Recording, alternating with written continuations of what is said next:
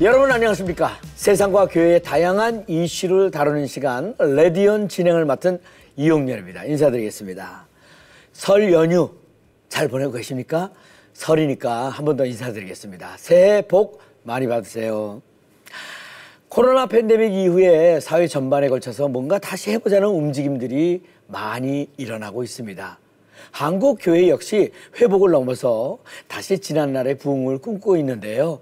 이 소식 오늘 문화인사이트에서 전해드리도록 하겠습니다. 또 말이죠. 요즘 교회마다 다음 세대에 대한 노력을 참 많이 하고 있습니다.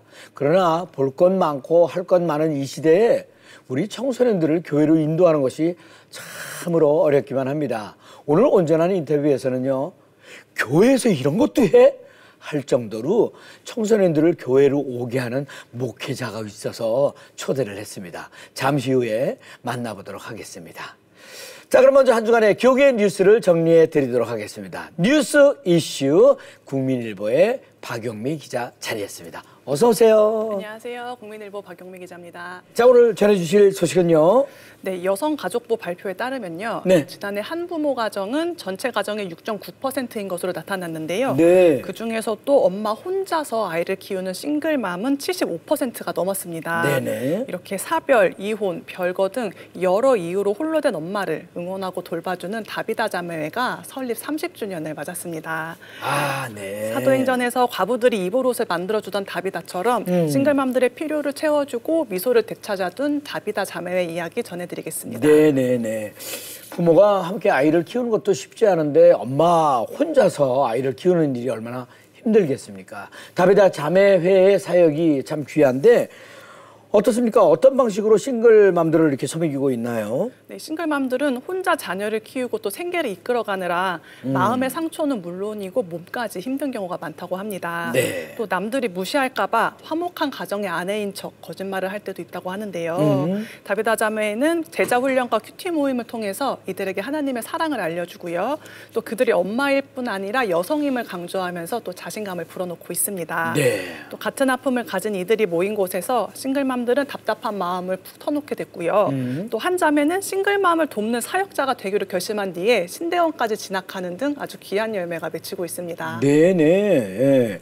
요즘은요 워낙 그 가정의 형태가 다양해져서 이들을 보는 시선도 많이 부드러워지지 않았습니까? 네. 다만 그래도 마음 아픈 일을 경험한 사례도 좀 많이 있었을 것 같은데 네. 어떻습니까? 싱글맘에 대한 사회 인식은 전보다 나아졌지만요. 네. 이 부모와 자녀로 이뤄진 가정 위주의 사역을 하는 교회에서 좀 상처를 받는 경우가 있었다고 하는데요.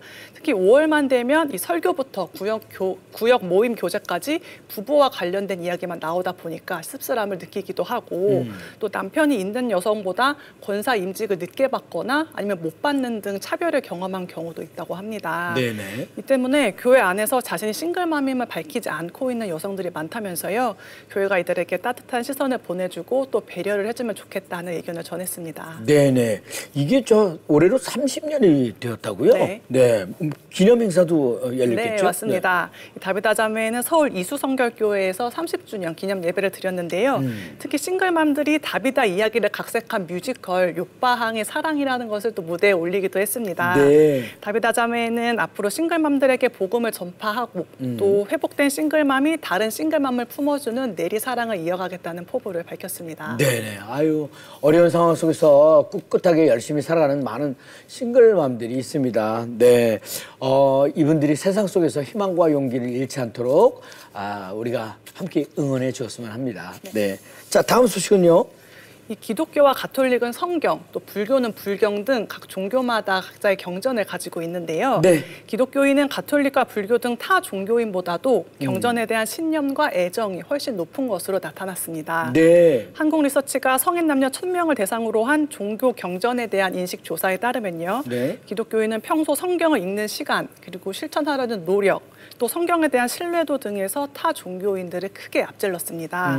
타 종교에 비해 신행 일치의 삶을 살고자 노력한다는 의미입니다. 네네. 기독교인들이 성경을 읽고 묵상하는 것이 뭐 일상적이지 않습니까? 네. 그런 것이 이제 설문조사에도 잘 나타난 것 같은데 조금만 더 구체적으로 자세히 설명을 해주시다면. 네, 기독교인 10명 중 6명은 평소 정기적으로 성경을 읽고 또 묵상하는 시간을 가지고 있었습니다. 네네. 가톨릭 신자 중에서 성경을 정기적으로 읽는 비율은 36%고 불경을 정기적으로 읽는 불교 신자는 33%에 그쳤습니다. 또 경전을 삶에 적용하는 것에도 기독교인과 타 종교인 간의 간극이 확인이 되는데요. 경전의 내용을 실천하기 위해 노력한다는 응답도 기독교인이 78%로 가장 높았습니다. 그렇군요. 네. 기독교인들이 대부분 그 성경을 읽는 것뿐만 아니라 성경대로 살아가고자 애쓰고 있다는 그런 의미이지 않겠습니까? 맞습니다. 네. 뭐 또 다른 조사 결과는 어떤 게 있습니까? 이 경전을 신의 말씀이라고 믿는 비율도 기독교인이 절반 이상으로 가장 높았습니다. 네. 경전을 혹시 역사적 기록 혹은 인간의 창작물 이렇게 인식하는 기독교인의 비율은 상대적으로 굉장히 적었고요. 네. 이에 따라 성경 내용과 과학적 사실이 서로 다를 때 성경을 더 믿는다고 응답한 기독교인들도 많았습니다. 네. 신학자들은 이 성경이 하나님의 말씀이자 진리의 표준이라고 교회가 꾸준히 가르쳐온 덕분에 네. 기독교인들이 성경의 내용대로 삶을 살아가는 유익을 얻을 수 있다 이렇게 분석을 했습니다. 네, 아주 그 의미 있는 그 설문조사였네요. 네. 이번 설문조사를 통해서 기독교인의 신앙을 들여다볼 수 있었는데요. 앞으로도 기독교인들이 진리의 말씀을 따라 신앙과 삶의 일치를 이뤄가도록 노력했으면 합니다. 자, 박유미 기자 대단히 감사합니다. 수고하셨습니다. 감사합니다. 자, 이어지는 단신 뉴스 보시고요. 다음 출연자 만나보시겠습니다.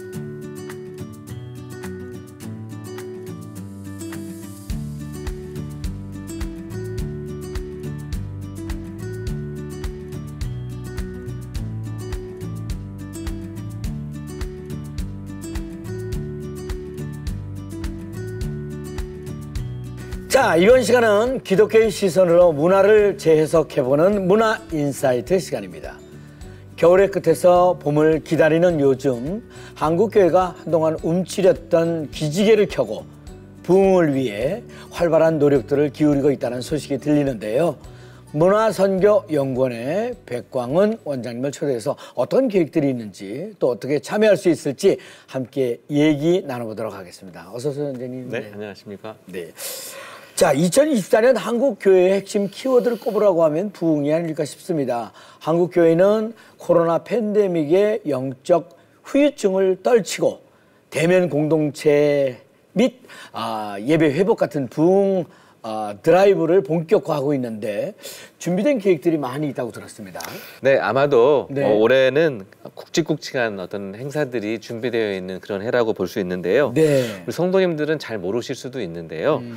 세계적으로 굉장히 큰 행사가 올해 열리게 됩니다. 네. 첫 번째는 세계 복음주의권 선교 올림픽이라고도 얘기를 하는데요. 14년 만에 개최되는 제4차 로잔 대회가 열립니다. 네네. 네, 로잔 대회가 1974년도 스위스 로잔에서 열렸는데요. 네. 50년에 4번 열리는 거니까 굉장히 큰 대회라고 볼 수 있는 거죠. 네네. 14년 만에 열리는 건데요. 이 로잔 대회는 그동안 이제 대회를 거치면서 다양한 어떤 그 이슈 그리고 폭넓은 담론으로 세계 선교의 정책을 결정하는 굉장히 큰 중요한 대회입니다. 그렇군요. 이번 네. 대회를 통해서 지금 굉장히 많은 이슈들이 있는데요. 뭐 전쟁, 기근, 또 난민 문제, 환경 문제, 인터넷, AI, 뭐 인공지능, 젠더 이슈, 뭐 이동과 이주, 뭐 세계화 도시화, 그리고 복음에 소외된 이들의 영적 빈곤, 굉장히 다양한 문제들이 지금 산적해 있는데요. 이런 아주 복잡다단한 사회적 현상들에 대해서 이번 대회를 통해서 우리 그리스도인들이 교회가 어떻게 대답하고 응답해야 되는지를 결정하는 대회고요. 네. 이러한 그 논의들이 각 교회에 많은 실천들에 영향을 미치는 너무도 중요한 행사가 올해 9월에 로잔 대회로 이렇게 열리게 됩니다. 네. 그래서 많은 분들이 기대하고 있고 네. 또 이 대회를 통해서 많은 이야기들이 펼쳐질 거라고 기대하고 있고요. 또 이 외에도 이제 로잔 대회는 복음주의권 운동이라면 이 교회 연합 운동이라고 하죠. 에큐메니칼 진영에서 벌어지는 대회가 열립니다. 네. 그러니까 에큐메니칼 쪽에서는 주로 사회 참여를 강조하는데 뭐 민주화나 한국 통일 운동에 굉장히 많은 기여를 했죠. 이 NCCK가 한국 NCCK 100주년 굉장히 큰 의미 있는 해인데요. 100주년 기념대회를 지금 준비되고 있고요. 또 마지막으로 또 한국 기독교 부흥 대성회로 많은 분들에게 기억에 남고 있는 한국교회 엑스플로 74 50주년 그 행사가 지금 선교단체 CCC라고 하죠. CCC 지금 주도로 준비가 되고 있습니다. 굉장히 굵직굵직하고 사회에 영향을 많이 끼치고 교회의 어떤 실천에 많은 영향을 끼치는 그런 행사들이 지금 준비되어 있어서 많은 분들이 지금 기대하고 있습니다. 네, 그렇군요. 네. 사실은 말이죠. 뭐 저도 더 열심히 신앙생활 좀 해보자 하고 기도 많이 해보자 이렇게 결심하는데 사실 잘 안 될 때가 많거든요. 영적 성장과 부흥을 원하지만 혼자 하기 어려운 분들에게 도움이 될 만한 팁이나 조언을 또 부탁드려 보겠습니다. 네, 우리가 해가 바뀌고 또 이렇게 새로운 신앙의 도약을 위해서 노력하는 건 굉장히 중요한 일인데요. 네. 우리가 주일마다 예배 드리지만은 뭐 교회 밖 나오는 순간 또 금방 또 우리 마음이 약해지고 네. 받은 애 다 까먹게 되고 네네. 그런 일들을 경험하지 않습니까? 그래서 우리가 뭐 새벽 기도도 나가는 거고요. 수요 기도에도 참여도 하고 또 7일마다 예배에 나오는 이유는 바로 그런 재도약을 위해서 네. 저희들이 노력하는 것이라고 볼 수 있는데요. 그래서 다시 시작하는 게 저는 중요하다고 보여집니다. 그런데 중요한 거는 그 일을 할 때 혼자 하기는 참 어렵다는 거 우리가 절감하잖아요. 네. 참 어렵습니다. 그래서 공동체가 함께 하는 게 굉장히 중요합니다. 네. 그래서 흔히 그런 말 하거든요. 세상에 혼자 할 수 없는 게 두 가지가 있는데 하나는 결혼, 가정을 이루는 거죠. 그리고 네네. 또 하나가 바로 교회를 이루어가는 거라고 얘기를 합니다. 네. 그만큼 이제 교회라고 하는 게 혼자 할 수 없고 함께 만들어가는 게 교회인데요. 그래서 영적 부흥도요.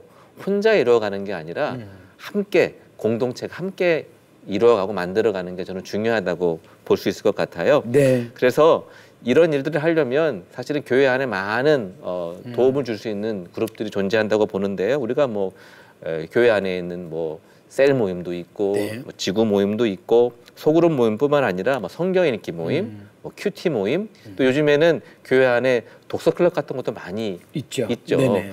그리고 또 뭐 중보기도 모임, 봉사 모임, 다양한 어떤 모임들이 있는데요. 하나님께서 그런 다양한 관계들과 모임을 통해서 우리들의 신앙을 이끌어 가시고 새롭게 만들어 가시는 것 같습니다.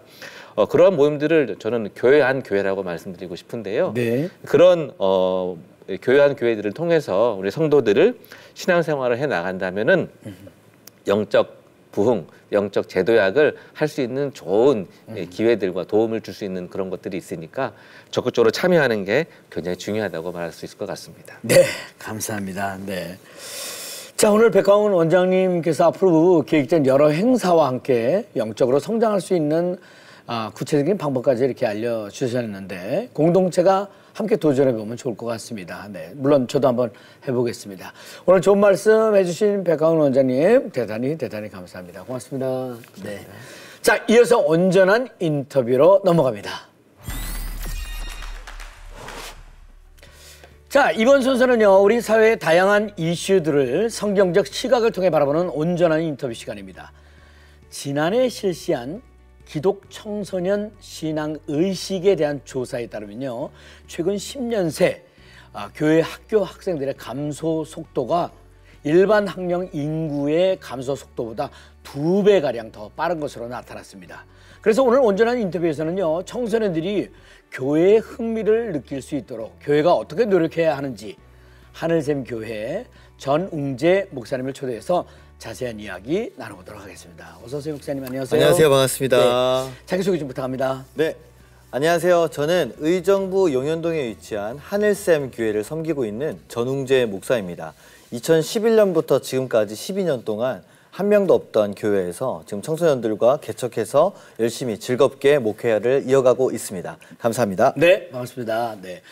오늘 청소년 사역에 대한 얘기를 나누기 위해서 전웅재 목사님을 초대한 특별한 이유가 있습니다. 지난해 동안 청소년 사역에 힘쓰는 사역자들을 선별해 시상하는 제2회 기독교 청소년 사역자상에서 교회 청소년 사역자상을 수상하셨기 때문입니다. 먼저 축하드리겠습니다. 감사합니다. 네.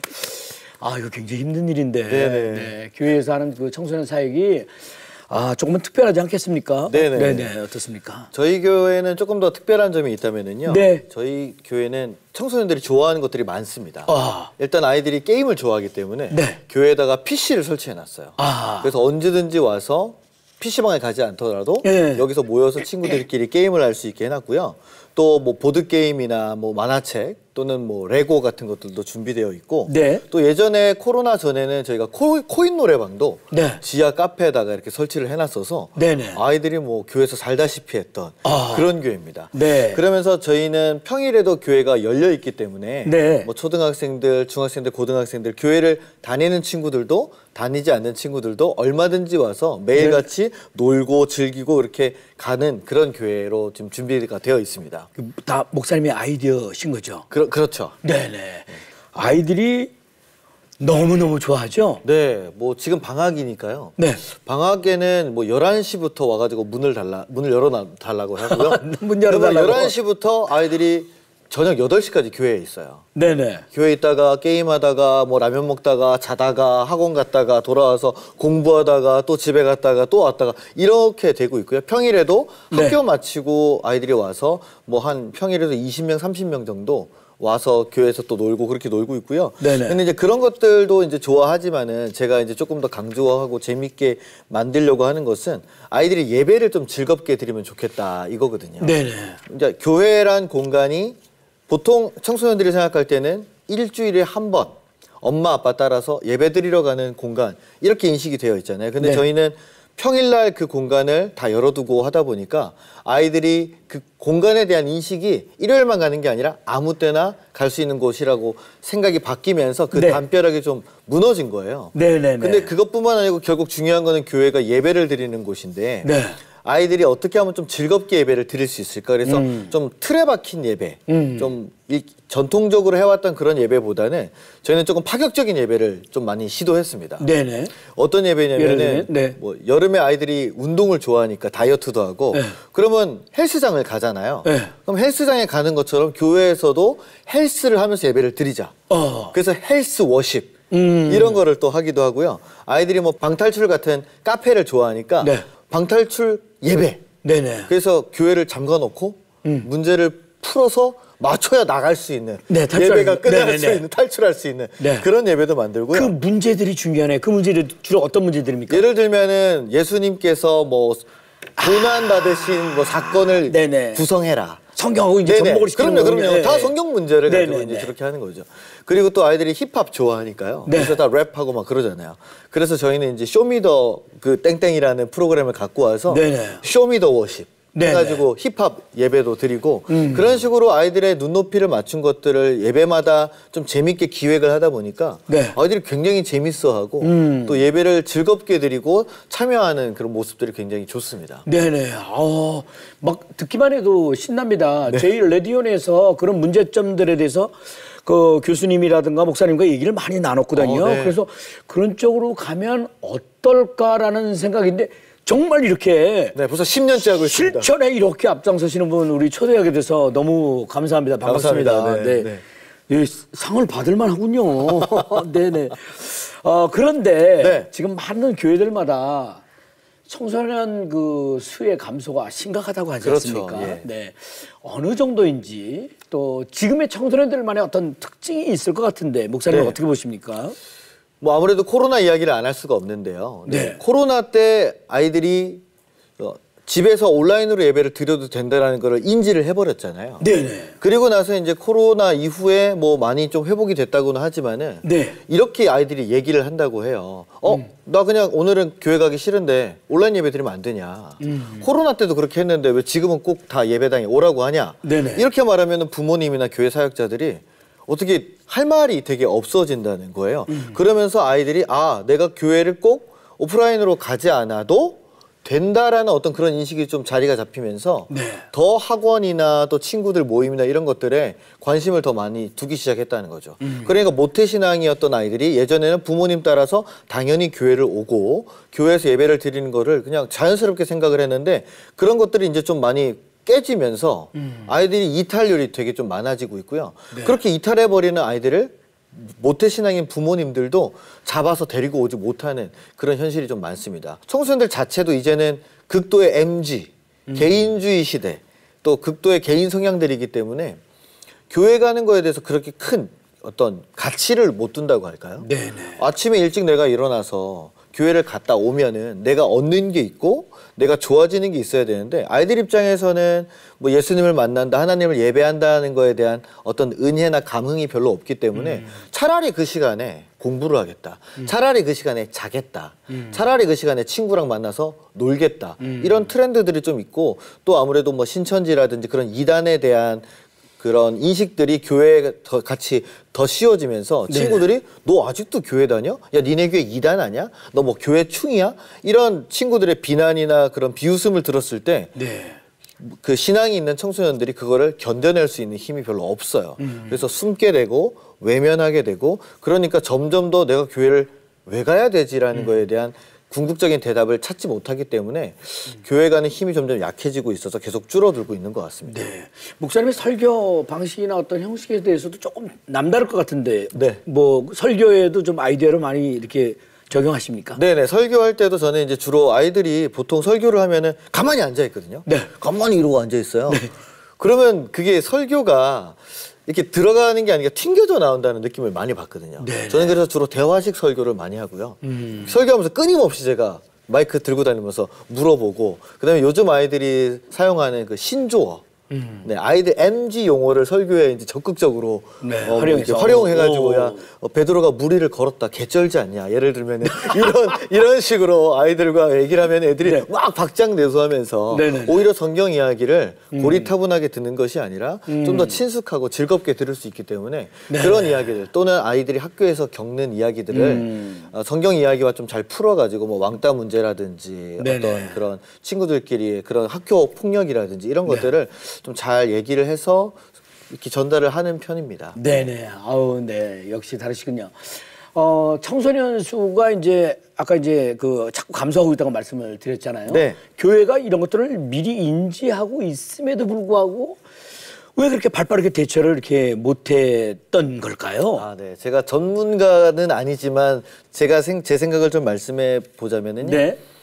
교회가 말씀하신 대로 청소년들이 중요하다. 다음 세대가 중요하다고 제가 캐치프레이즈를 발견한 게 2003년인가부터였습니다. 네. 그러니까 벌써 20년이 되었죠. 다음 세대에 목숨을 걸어야 된다. 그렇게 얘기를 했는데 아마 조금 안일했던 것 같아요. 왜냐하면 이미 기존의 성도들을 따라서 아이들은 잘 딸려오기 때문에 뭐 잘 데리고 가면 얘네는 어차피 딸려올 애들이겠지.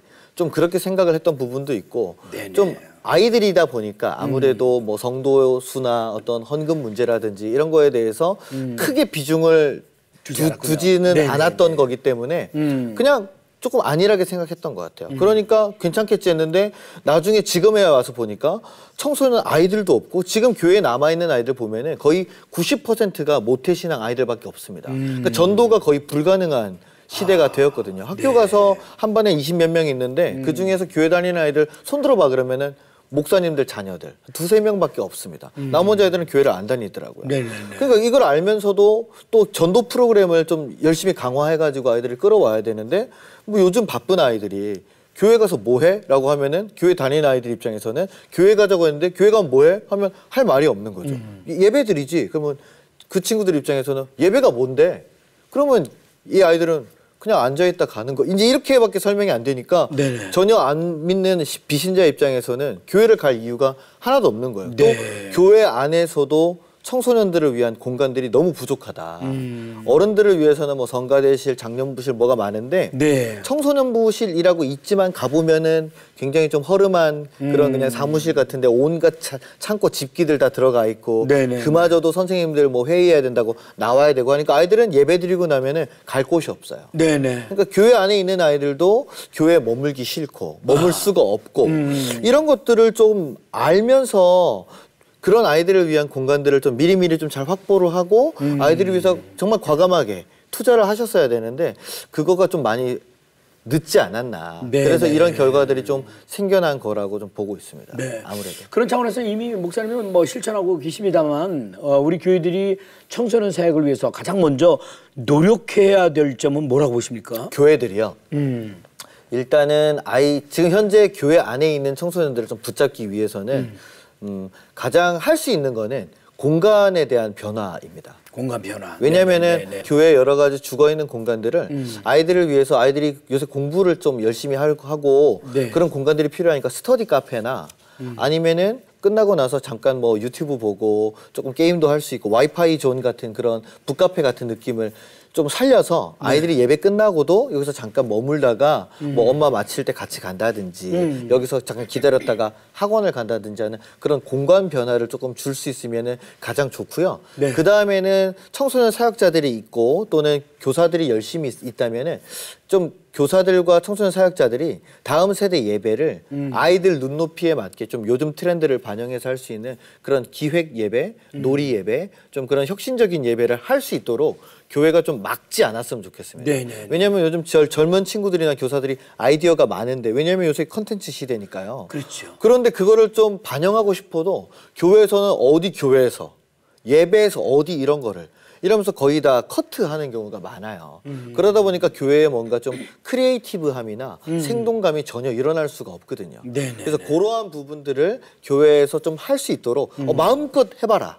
라고 좀 적극적으로 권장해주고 지원해줄 수 있다면은 그 두 가지만 해줘도 교회에서는 좀 다음 세대들이 우리 교회가 좀 바뀌었네, 좀 신선해졌네, 우리한테 신경을 쓰는구나라고 생각하면서 아이들이 교회를 좀 더 좋아할 것 같습니다. 하늘샘 교회에서 이루어지는 다양하고 재밌는 그 사역을 위해서 그 아이디어를 많이 내고 또 목사님도 많이 내신다고 했잖아요. 네, 맞습니다. 그 아이디어들을 그 반응이 굉장히 좋죠. 그리고 어떻게 처음에 그런 생각들을 하셔서 실천에 옮기시게 되고 그러셨어요? 사실은 뭐 그 아이디어들이 전혀 새로운 것은 아니거든요. 이미 뭐 TV와 미디어 속에서 하는 온갖 예능에서 하는 게임들이나 정말 재미있는 그런 프로그램들이 많은데 저는 이제 그런 것들을 이렇게 보고 또 요새 유튜브 쇼츠라든지 인스타 릴스라든지 그런 쇼폼에서 유행하는 것들을 보면서 저는 끊임없이 생각을 하는 거죠. 이걸 어떻게 교회에다 적용할까? 이렇게 춤추는 그런 챌린지를 어떻게 찬양 챌린지로 교회 챌린지로 변화시킬 수 있을까? 아이들이 알고 있는 거를 이걸 교회에서도 하네? 그럼 재밌다가 되는 거니까요. 그리고 뭐 어떤 재밌는 예능 프로그램에서 연예인들이 그렇게 막 같이 여행하고 게임하는 그런 컨셉을 우리 수련회에서 해보면 어떨까? 교회 2부 행사로 하면 어떨까? 이런 것들을 계속 가지고 오면서 저희 교회 도와주시는 같이 일하는 전도사님들이랑 청년들이랑 계속 그 아이디어를 내고 이건 이렇게 해보자 이렇게 해보자 끊임없이 실험해보는 것 같습니다. 청소년 사역의 변화와 성장을 위해서 많은 노력을 이렇게 해오신 만큼 교회 청소년 사역자 상을 수상하시면서 많은 책임감을 느끼지 않으실까 하는 그런 생각도 듭니다. 끝으로 앞으로 계획도 좀 말씀해 주셨으면 좋겠고 또 기도 제목이 있다면 같이 나눠주시기 바랍니다. 이렇게 또 부족한 사람인데 상을 주셔서 너무 감사하고요. 아무래도 저희 하늘샘 교회의 어떤 그런 예배적인 모델이라든지 다양한 좀 획기적인 프로그램들을 또 많은 교회들이나 또 교사들이나 교육자들이 보시고 또 참고해 주시는 거를 제가 또 알고 있기 때문에 이런 부분에서 좀 더 저희 교회 콘텐츠를 잘 이렇게 정리를 해서 한국 교회 학교에 좀 보급하고 싶다라는 그런 마음이 좀 있고요. 그리고 또한 계속해서 제가 이 하늘샘 교회에서 이러한 사역을 이어갈 수 있도록 사실 저희가 재정적으로도 굉장히 좀 열악하고요. 왜냐하면 장년들이 10분밖에 안 계세요.